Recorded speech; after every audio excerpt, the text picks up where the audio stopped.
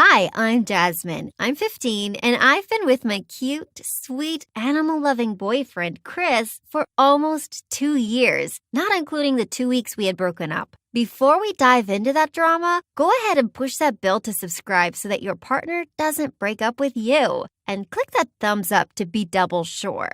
All right, well, I guess I should start by mentioning that Chris and I have known each other since middle school. He was my friend back when I didn't really have any other friends. He's almost 1 year older than me, but we've always been in the same grade, and he's always had my back. Well, the summer before high school, I bloomed, as my mom would say. And when Chris and I got to high school together, I started to get noticed by more than just him. I got more friends. And more and more. What I'm trying to say is I became pretty popular and, well, irresistible. I'd never felt irresistible before. My whole life, it's like I had been completely invisible, even with my own family. But all of a sudden, here I was, the center of attention to the whole 9th grade. I enjoyed it, but it didn't really get to my head. That is, until Joseph noticed me too. I have had a crush on Joseph since the first day of the 1st grade.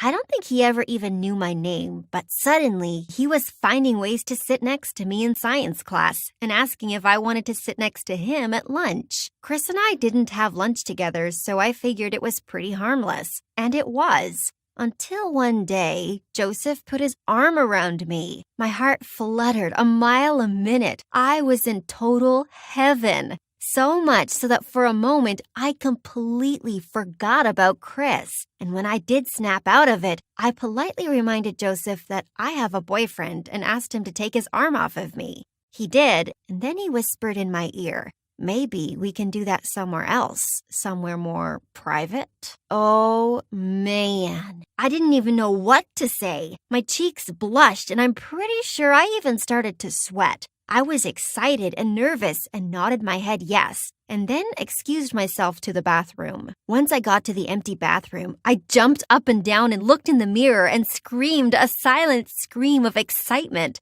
I had never felt so alive in my life. I felt my phone vibrate, and it was Joseph asking where I was and if now was a good time for that privacy. Oh my gosh. Before I even knew it, I was texting him to come find me, hinting to where I was. Well, I'll save all of those details for another time, but let me just say we kissed. And it felt so good until I got back to class. While I was sitting in my math class, daydreaming about Joseph kissing me, Chris texted me, "I heard you have a new boyfriend. We're done." Suddenly, my feelings of being on top of the world sank into complete despair. I may have just ruined my relationship with my perfect boyfriend of 2 years. Our relationship may not feel as exciting as what I felt with Joseph, but I love Chris so much. My heart was breaking. I ran out of class and into the bathroom. The same bathroom where I had just cheated. I looked into the same mirror where I had just been so excited but was looking at a totally different reflection. No excited scream, just tears in my eyes and total panic all over my face. I'll never get Chris back now, I thought. But then something in me totally shifted. No, I thought, I will get Chris back. I have to. We're meant to be together, and I can't lose him. I refuse. I pulled myself together, marched back to class, and plotted my brilliant,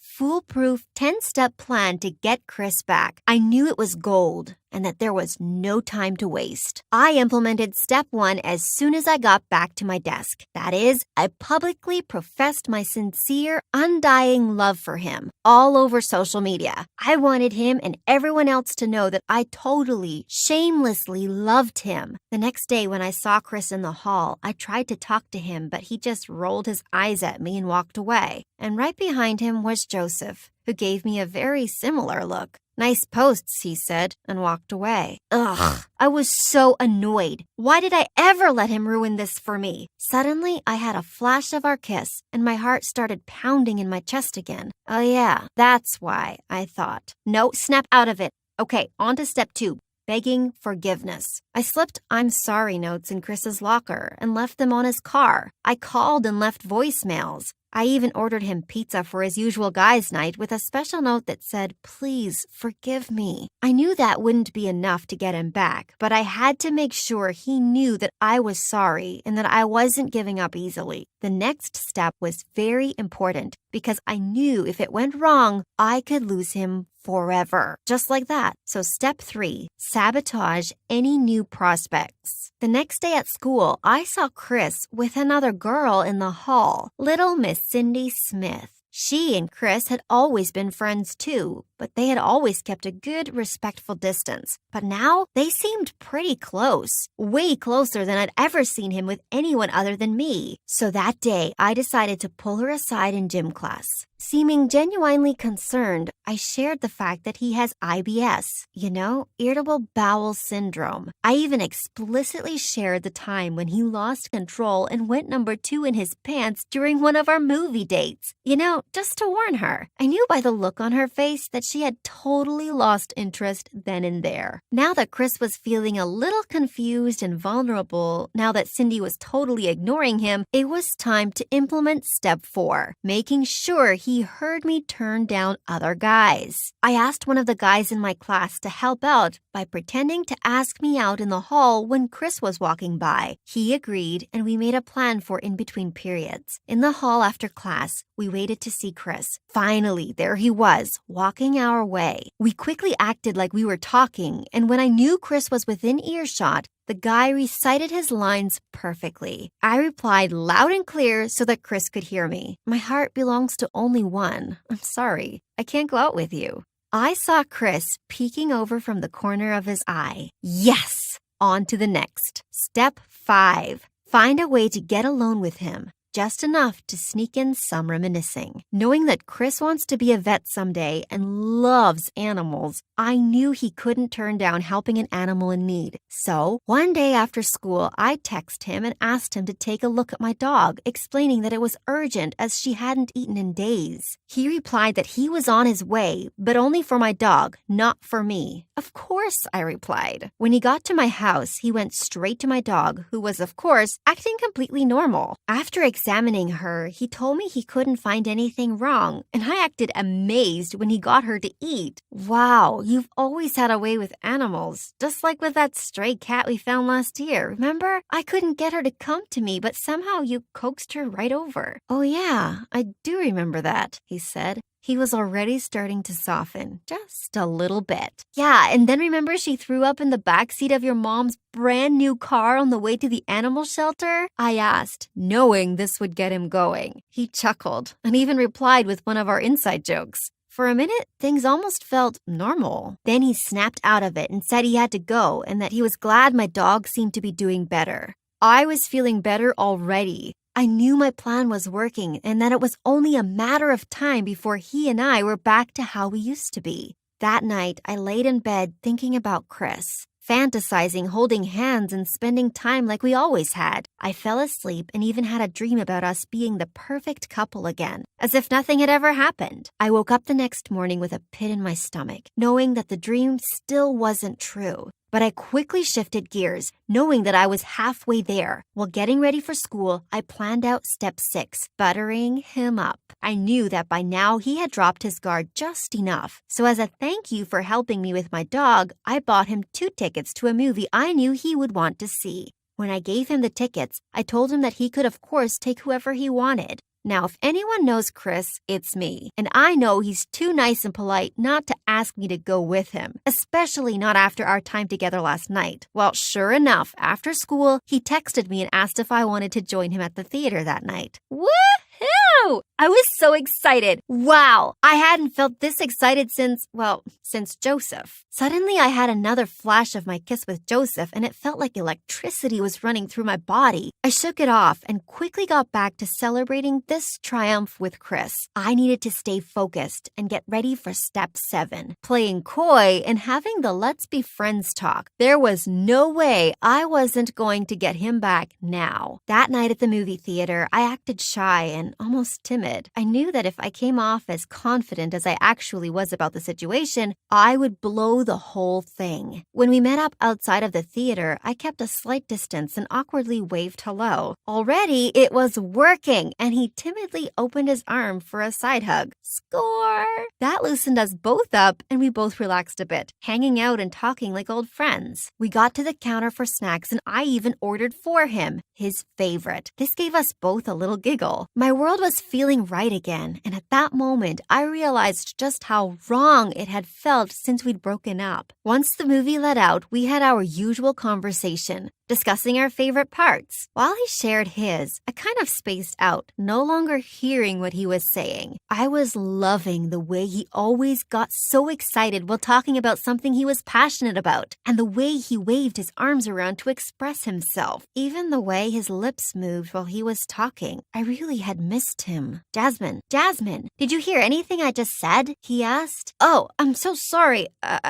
Now was my opportunity to have the talk. I took a deep breath and found my cool. I was actually just thinking about how nice it is to be hanging out again. I had to play the part. I looked down at my feet, playing nervous and unsure. I was wondering if we could, be friends? I peeked up at him, and he had his cute little half smile. He sighed. Yeah, I guess being friends would be okay. It worked, I thought. I wanted so badly to jump up and hug him. Stay cool, I reminded myself. Just then, my mom arrived to pick me up. Well, see you later, friend, I said. He waved goodbye. I was feeling great. With only 3 simple steps to go, I knew it was just a matter of time. The next step would be perhaps the most challenging, but I knew I couldn't skip it. Step 8, acting like a true friend. I knew this would include talking to him about other girls, which could be tough to hear, but I also knew it would mean I had the upper hand in case I needed to revisit step 3, sabotage any new prospects. Plus, even just having him thinking romantically around me could help to draw him back in. So the next week at school, I casually met up with him at his locker before classes started. Hey, how was your weekend? I asked. Good, pretty chill, he said. It felt like he was being short, and for a minute, I felt my confidence waver. Cool, did you see anyone special?